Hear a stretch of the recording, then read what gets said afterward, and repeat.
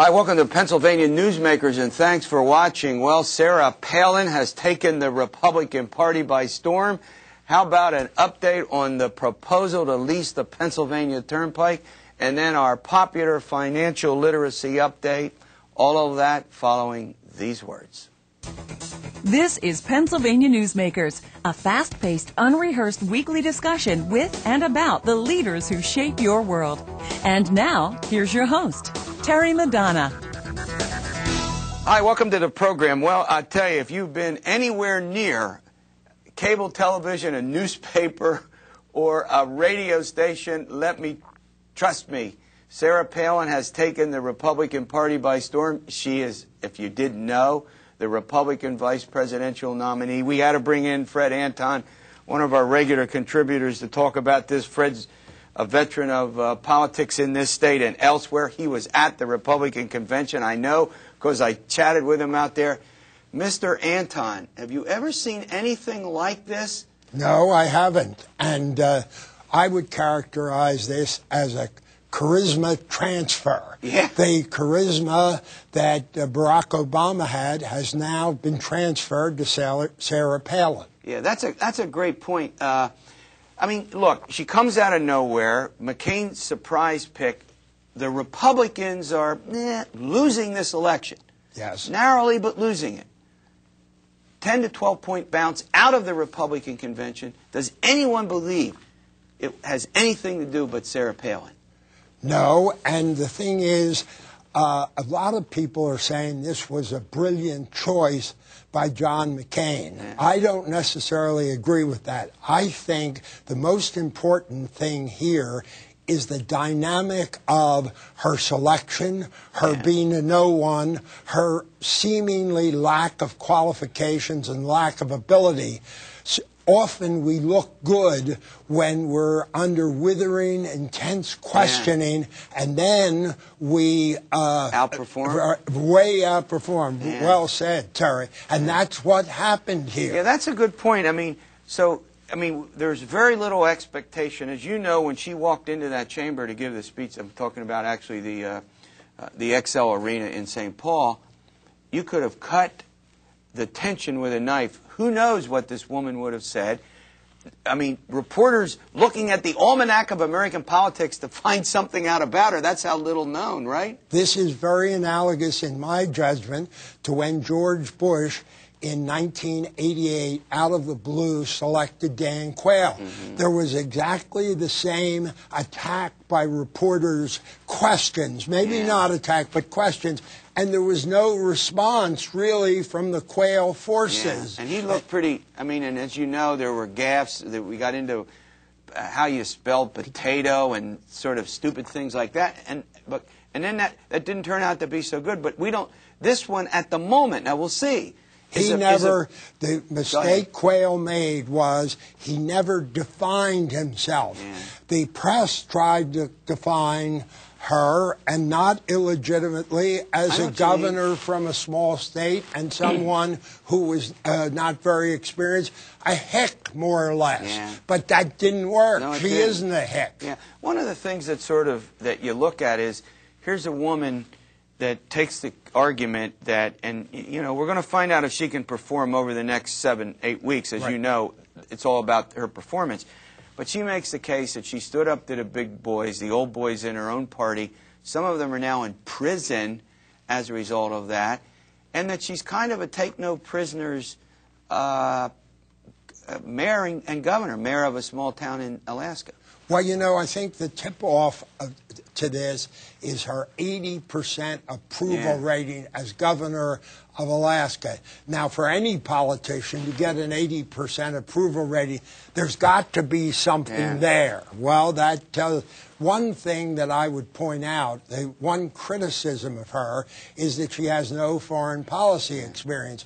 And some poor... Did Bill Clinton? No, Bill Clinton didn't. And she doesn't need foreign policy experience because McCain will supply that, and in 2 years she'll have plenty of foreign policy. Yeah, I guess the question that I would have, and this is something I think you know a lot about because you followed the careers of a lot of political leaders.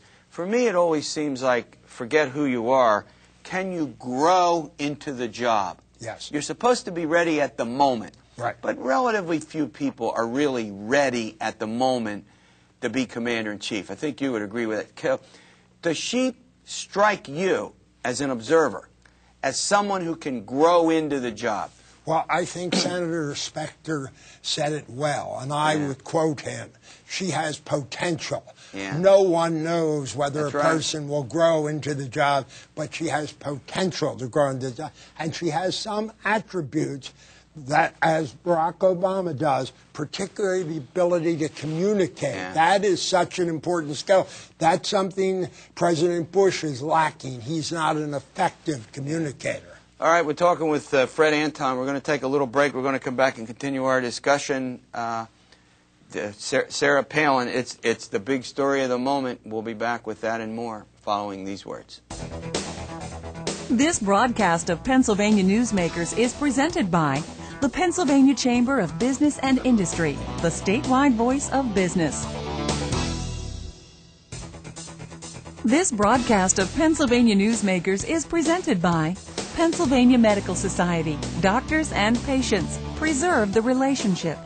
And by the Pennsylvania Manufacturers Association. Business in Pennsylvania is our business. Hi, welcome back to the program. We're talking with Fred Anton. He's the CEO of the Pennsylvania Manufacturers Association. He was at the Republican convention, as I was, covering it. Fred, let's talk about another. Look, when before the Republican convention, it looked like the McCain campaign was sort of flat. Sarah Palin gives it life and gives it energy. Now in the polls that are out there, in 3 of the 4 polls that I looked at last week, John McCain had a lead. Not in one, not just a little lead, but a pretty substantial lead.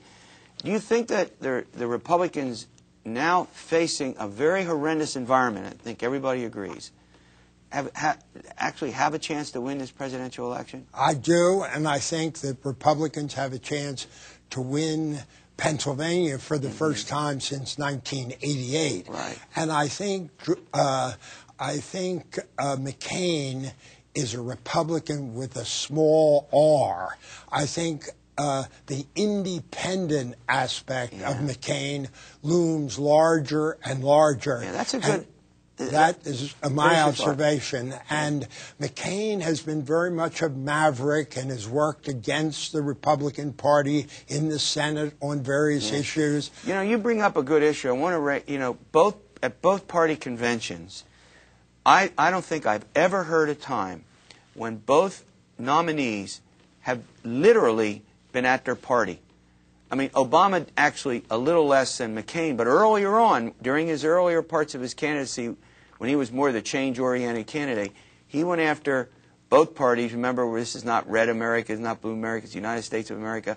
And then McCain, even in rallies this week, one in Lancaster, he went after the Republican Party. Have you ever seen an election where everybody feels at ease to criticize their own party? No, but I think it's very important with the switch in voter registrations to Democrat and independent and the dissatisfaction and low popularity rating of George Bush. I think it's very important that McCain, with credibility, move away from the Republican Party and George Bush. We changed this whole theme at the convention and thereafter.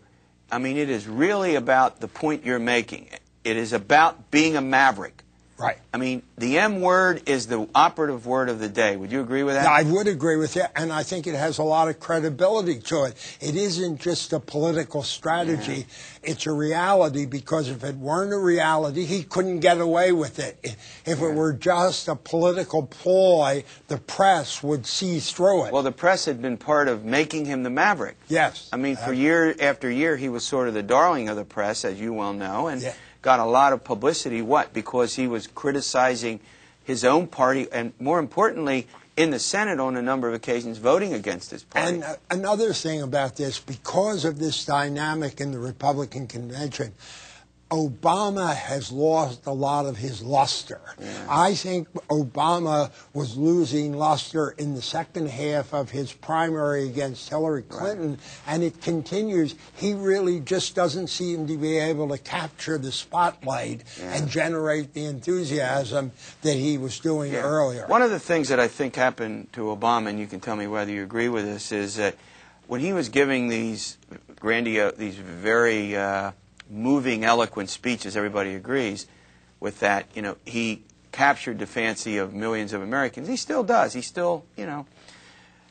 But then he became more of a conventional politician. Now he's sort of taking a more pro-democratic line, talking about democratic programs.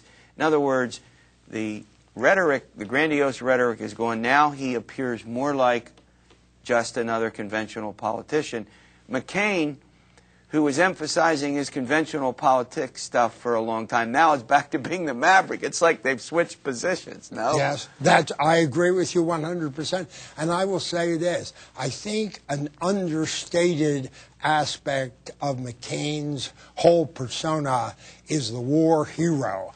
And I think McCain will get the benefit of national security voters, and he won't get a lot of downsides that he might otherwise would be.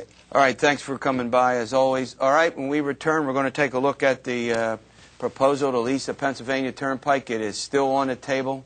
With that and more when we return. This broadcast of Pennsylvania Newsmakers is brought to you by Pennsylvania Credit Union Association. Pennsylvania Credit Unions, where people are worth more than money. To find a credit union that is right for you, check out ibelong.org. And by the Energy Association of Pennsylvania, Pennsylvania's energy information source.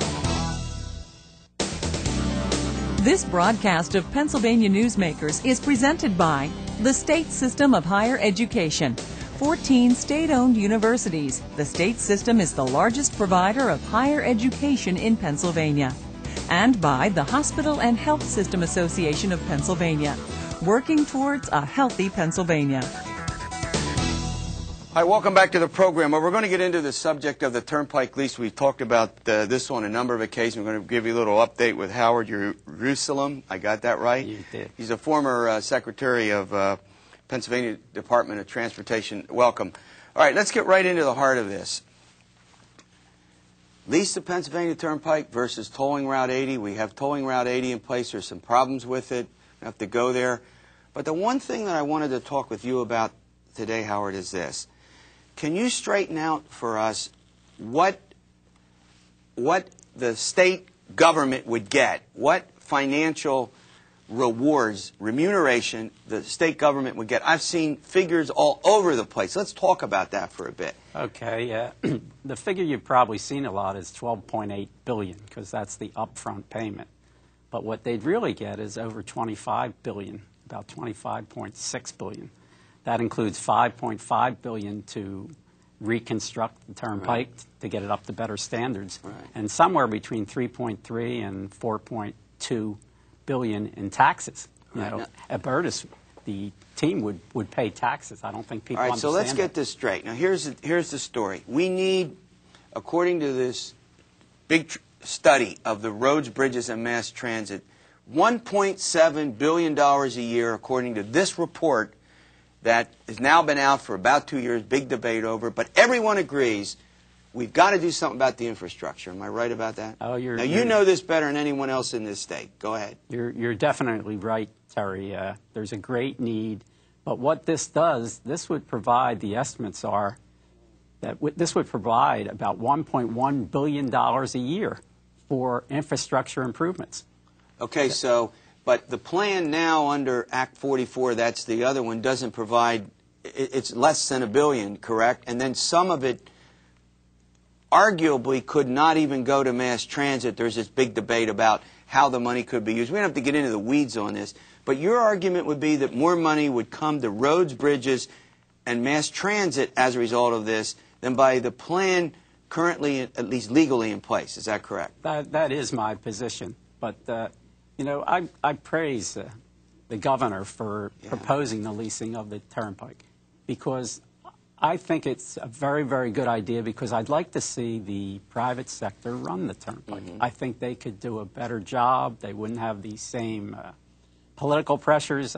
I don't know if you know, but when I was Secretary of Transportation, I was chairman of the Pennsylvania Turnpike Commission.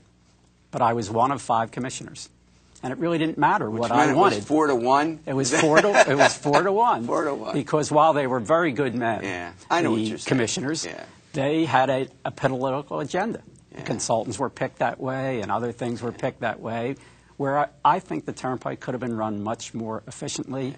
The Abertis Group, they're committed to the existing staff at the Turnpike. They're committed to the union agreement. So there's nothing to be feared from them taking over, but I think they could do a much better job without the pressure that we have presently from the political side on the Turnpike. I know that being the chairman, I was totally frustrated. And you know, you mean you would try to propose changes and reforms, and you would run into 4 votes? 4 votes. We actually had a consultant do a study, Leventhal and Horvath. They just studied the Turnpike, and I was talking to him. I said, well, why are you saying that in the study? I said, why aren't you saying this, that, and the other, and the other? And they said, you know, you're one of 5 commissioners. Oh, that's pretty indicative.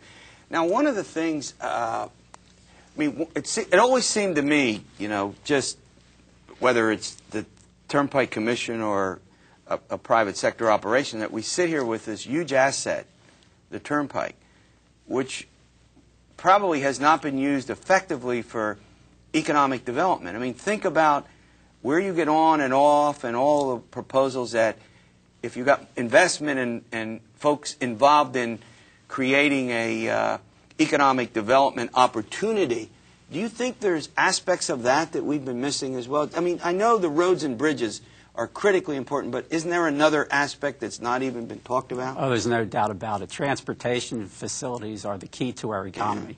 And the Turnpike could be doing more. I think with the Abertis Group, they would be doing more. And then finally, before I let you go, we've got the road. How important? I mean, here's what I don't understand. We all agree that we've got to do something about fixing up these roads. I mean, it's just not to serve the people who need to get on them, you know, I mean, consumers who need to use them, but how are we going to maintain the economic infrastructure of the state if we don't have a transportation system that allows that to happen? I mean, even I can understand that. Howard, go ahead. There's no doubt that the transportation is the key to economic development. That's why when I was secretary, I was always like a partner with the economic development people and the other departments. You did ask about I-80, and the thing about I-80 that I did want to bring up is there's no assurance that the federal government's going to approve that. Yeah, you're right. There's a short window for this leasing proposal. It's, you know, we don't know. The traffic is going down regionally, and we think it's going down on the Turnpike, so I'm concerned about that also. All right, thanks for the update. Financial literacy update. Back in a moment. This broadcast of Pennsylvania Newsmakers is presented by Highmark Blue Shield, changing the way health plans work for business with a variety of plan options for employers and more choices for employees. Information is available at highmark.com. Have a greater hand in your company's health. And by the Pennsylvania Healthcare Association, the future of long-term care. This broadcast of Pennsylvania Newsmakers is presented by PennFUTURE, where we believe that every environmental victory grows the economy, and by the Pennsylvania Cyber Charter School, bringing educational innovation and freedom to the children of Pennsylvania. Hi, welcome back to the program for our popular financial literacy update. Joining me is the State Treasurer of Pennsylvania, Robin Wiessmann. She's sitting right here. And Michael Wishnow is the Senior Vice President from the Pennsylvania Credit Union Association. Topic, payday lending. It's an important topic. All right, Treasurer, let me start with you. Define payday lending. What is it for our viewers? Payday lending is obtaining short-term revolving loans at very high interest rates in order to make it from paycheck to paycheck. And it's secured by the subsequent paycheck. Okay, so, Michael, in other words, people have tough times or, you know, they don't have enough money to cover current bills. They go get a quick loan, pay, you know, buy food, do whatever they have to do. Where's the problem with that? Well, the problem is in the pricing. There's a need for short-term financing, and the payday lending industry that is out there is currently charging extremely high fees, extremely high rates, and frankly trapping consumers into a cycle of debt that they can't climb out of. All right, so the point is you would go, you would sign up, you would get some money, and then you would agree to pay the principal and then interest and whatever charges are on, and it just take it from there. Right, it compounds, and soon the interest that you're paying can far exceed the loan that you've obtained. So in other words, this is a trap. Yes, we think it's a trap in terms of it becoming a vicious cycle of having to pay more interest and more interest and having it growing. I mean, if you went to, a credit union or a bank, let's say, you and I have these conversations all the time, is there ways that the credit unions and banks can be be Well, or is it I can't speak for the banks. Yeah, I understand. But I mean, just in As general. far as the credit unions are concerned, we've worked very closely with the state treasury to develop a program that breaks that cycle of debt. Quickly, what's the program? It's called the Better Choice Program. Okay. And what it does is it provides short-term financing at much preferred terms, and it also has a built-in financial counseling component and a built-in savings or asset building component. Yeah. So a lot of this is driven just by the emergency of, or just, lots of, we don't need to get into, but there are lots of reasons for this, and what you want is safeguards, right? Well, what we want to do is, what we would like to do is put a fair alternative into the marketplace. Okay. Now, when we talked about this some time ago, I asked you, I said, well, look, this is a program that you all have with the Treasury, great program. Should we do something in the law? Should the Pennsylvania enact a law that deals with it? Now, I know you're regulating the marketplace, and you're smiling. I know you've spent a lot of time in the marketplace. Go ahead. Well, I think as a financial professional, I would always like to see the market be effective and efficient. But we really are talking about fairness here and reasonableness for the consumer. And the market is not proven efficient. The people who are obtaining payday loans are ones who really don't have other financial options. So I think it's fair to say that people should be paying typical consumer loan rates rather than rates that can turn into hundreds of percentages. Great update. We'll see you next week for another edition of Pennsylvania Newsmakers, and as always, stay well.